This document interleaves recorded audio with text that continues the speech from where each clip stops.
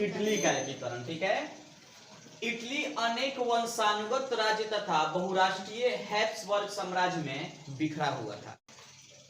केवल एक सार्डिया पिडमैंड में एक इतावली राजघराने का शासन था। इटली एकीकरण की प्रक्रिया का अध्ययन करने के लिए हमें 3 लोगों पर विचार करना होगा। इटली का एकीकरण सिर्फ एक आदमी नहीं किया, 3 लोगों ने मिलकर किया। आज तीनों आदमी को बारी बारी से पढ़ना पड़ेगा। इटली एकीकरण प्रक्रिया के अध्ययन करने के लिए हमें 3 लोगों के विचार पर अध्ययन करना होगा। यानी कि पहला है तुम्हारा ज्यूसेपी मेजनी, दूसरा है तुम्हारा काबोर और तीसरा है तुम्हारे गैरिबल्डी। इन तीनों आदमी का इटली के एकीकरण में बहुत बड़ा सहयोग रहा है। आई तीनों को हम लोग को बारी बारी करके पढ़ेंगे। तो सबसे पहले हम 1 नंबर पढ़ते हैं ज्यूसेपी मेजनी। इसके बारे में थोड़ा सा पहले भी बता चुके हैं।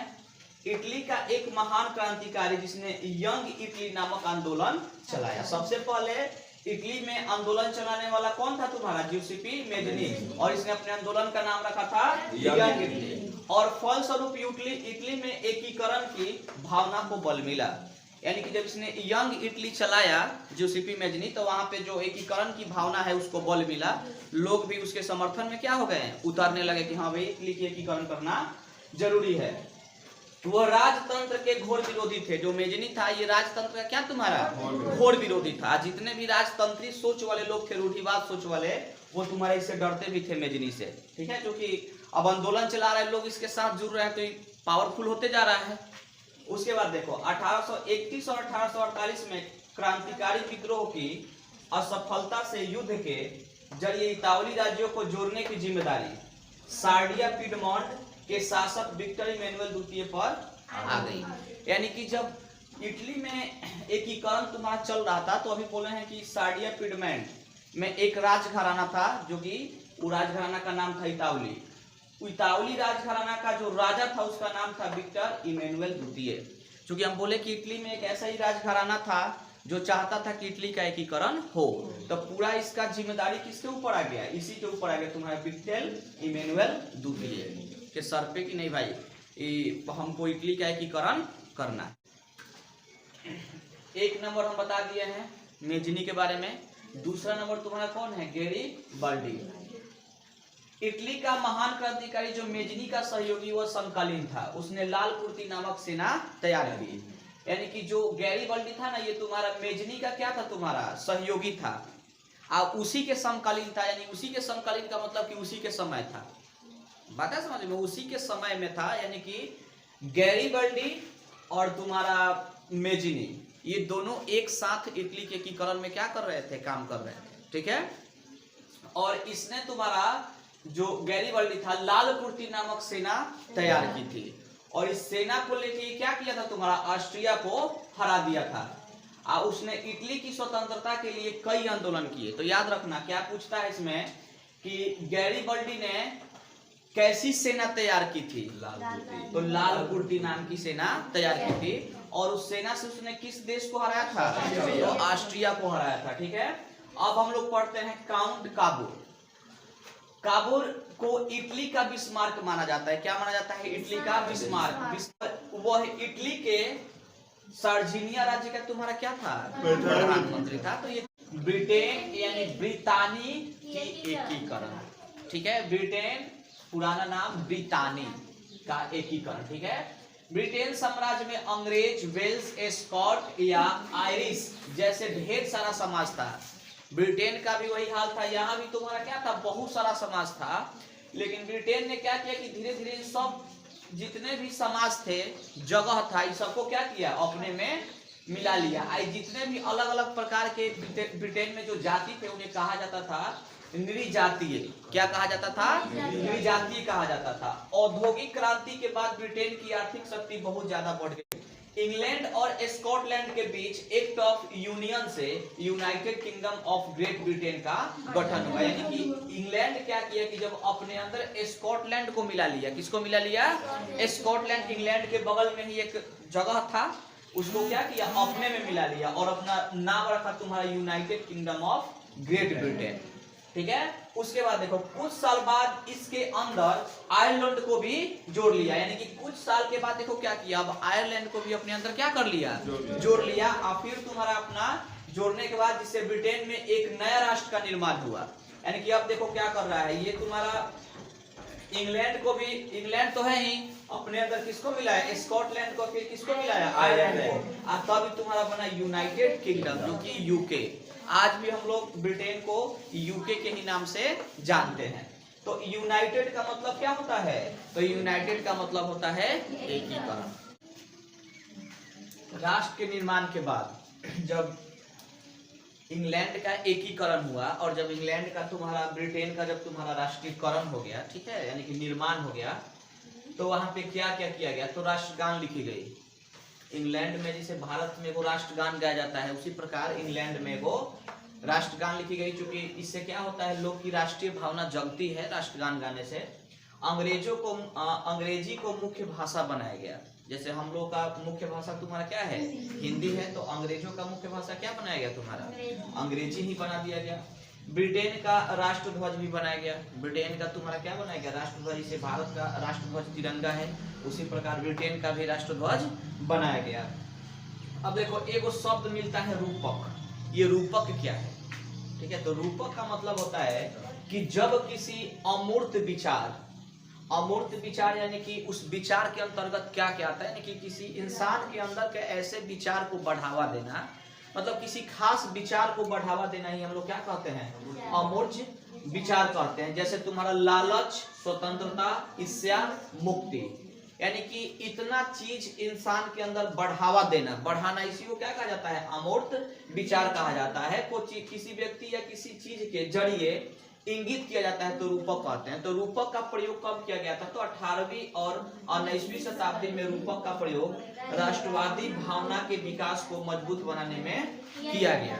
यानी कि इस सब चीजों को इंसान के अंदर, देखो पहले क्या किया गया कि कैसे कोई देश आजाद होगा, कैसे कोई देश को हम लोग एक कर सकते हैं, इसके लोगों को अंदर पहले लालच दिया गया कि देखो भाई अगर हम लोग का देश आजाद हो जाएगा तो ये फायदा होगा, हम लोग स्वतंत्र रहेंगे। इस टाइप के अंदर उन लोगों को लालच भरा गया।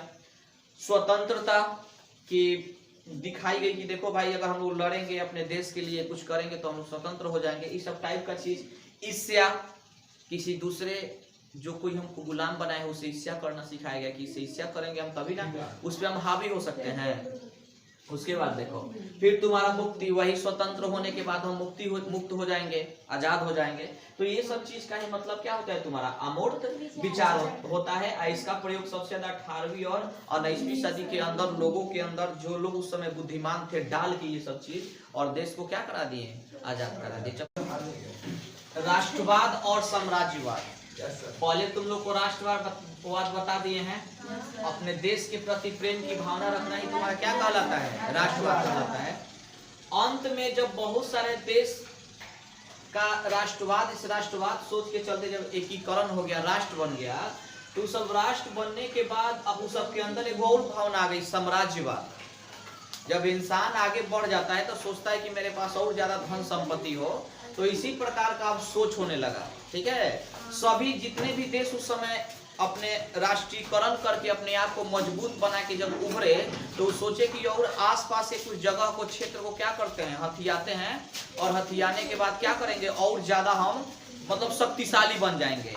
इस टाइप की भावना सब किसी के अंदर क्या हो गई, तुम्हारी आने लगी। इसी भावना को हम लोग क्या कहते हैं, साम्राज्यवाद कहते हैं। यानी कि अपने क्षेत्र को बढ़ाना, अपने देश को बढ़ाना ही क्या कहलाता है, चाहे अपने धन को ही बढ़ाना क्या कहलाता है, तुम्हारा साम्राज्यवाद कहलाता है। क्या कहलाता है, देखो 19वीं सदी तक जो राष्ट्रवाद की भावना थी, अब वह 19वीं सदी के बाद क्या चीज में बदल गई, साम्राज्यवाद में बदल गई। 19वीं सदी तक बहुत सारे ऐसे देश थे यूरोप में जो एक राष्ट्र बन चुके थे, अब राष्ट्र के बाद वो शक्तिशाली और बनना चाहते थे, पहले से भी ज्यादा और शक्तिशाली बनना चाहते थे। साम्राज्यवाद का मतलब क्या होता है, जब कोई देश अपने देश की शक्ति को बढ़ाता है, आर्मी और अन्य साधन का प्रयोग करके, उसे हम लोग क्या कहते हैं, साम्राज्यवाद कहते हैं। कोई भी देश जब अपने जमीन को, अपने शक्ति को, अपने धन को आर्मी का प्रयोग करके, चाहे और किसी अन्य साधनों का प्रयोग करके, जब अपने देश के शक्ति को बढ़ाता है, तो उसे हम लोग क्या कहते हैं, साम्राज्यवाद। उसके बाद देखो 1871 के बाद यूरोप में गंभीर राष्ट्रवादी तनाव का स्रोत बाल्कन क्षेत्र था। कौन सा क्षेत्र था? बाल्कन क्षेत्र। जितने भी उस समय देश जो बड़ी शक्ति बन के उभरे थे, जैसे तुम्हारा जर्मनी था, जापान था, इंग्लैंड था, रूस था, ये सब जितने भी देश शक्तिशाली बन के उभरे थे, वो सब चाहते थे, पता है क्या, कि जो बाल्कन क्षेत्र है ना, ये वाला बाल्कन क्षेत्र, इसको क्या चाहते थे कि इसको हम हथिया ले। बाल्कन क्षेत्र को क्या कर ले? हथिया ले। अब इसको भाई वो हथियाना क्यों चाहते थे? तो यहाँ जो लोग रहते थे ना बाल्कन क्षेत्र में, यहाँ पे जो लोग रहते थे वो अलग अलग सोच के थे, अलग अलग जाति के थे, उनमें अलग अलग प्रकार की विभिन्नता पाई जाती थी। कोई कुछ देश का सपोर्टर थे, कोई कुछ देश के सपोर्टर थे। तो जो भी सब देश चाहता था कि क्षेत्र को हम क्या कर लें, अपने में मिला लें, तो इससे मेरा देश क्या होगा, और ज्यादा शक्तिशाली हो जाएगा। इसमें देखो, इसमें आधुनिक जो बाल्कन क्षेत्र है, इसमें क्या क्या शामिल था उस समय? तो इसमें आधुनिक रोमानिया, जो आज रोमानिया देश है, उसमें शामिल था बुल्गारिया, अल्बेनिया, यूनान, क्रोएशिया, बोस्निया हर्जेगोविना, स्लोवेनिया तथा सर्बिया, ये सब देश तुम्हारा क्या था, उसमें शामिल था। तो इतना ज्यादा क्षेत्र अगर कोई देश हथिया लेगा तो कितना शक्तिशाली बन जाएगा। इसलिए इसको हथियाने के लिए सब क्या कर रहे थे, आपस में लड़ रहे थे कि हाँ जी बाल्कन क्षेत्र जो है हमको चाहिए, तो हमको चाहिए, तो हमको चाहिए। इसका कारण क्या था कि यहाँ पे अलग अलग प्रकार, अलग अलग सोच के लोग पाए जाते थे। कहाँ पे? तो बाल्कन क्षेत्र में। ठीक है, अगर इन लोग का भी सोच एक होता तो इस टाइप का कंडीशन नहीं आता। बाल्कन क्षेत्र में रोमनी राष्ट्रवाद के विचार फैलने लगे, यानी कि जो रोमनी राष्ट्रवाद है वहां पे, यानी कि रोमानिया राष्ट्रवाद, वहां पे तुम्हारा क्या हुआ, फैलने लगा। वहां पे जो तुम्हारा रोमनी राष्ट्रवाद के विचार लोगों में फैलने लगा। और ऑटोमन साम्राज्य के विघटन से काफी विस्फोट हो गई। जो वहां का सबसे बड़ा साम्राज्य था ऑटोमन साम्राज्य, उसका विघटन हो गया, यानी कि वो टूट गया। विघटन होने का मतलब क्या होता है, टूट गया। ठीक है, तो वहां पे काफी विस्फोट हुआ। अब आगे देखते हैं थोड़ा सा हम लोग।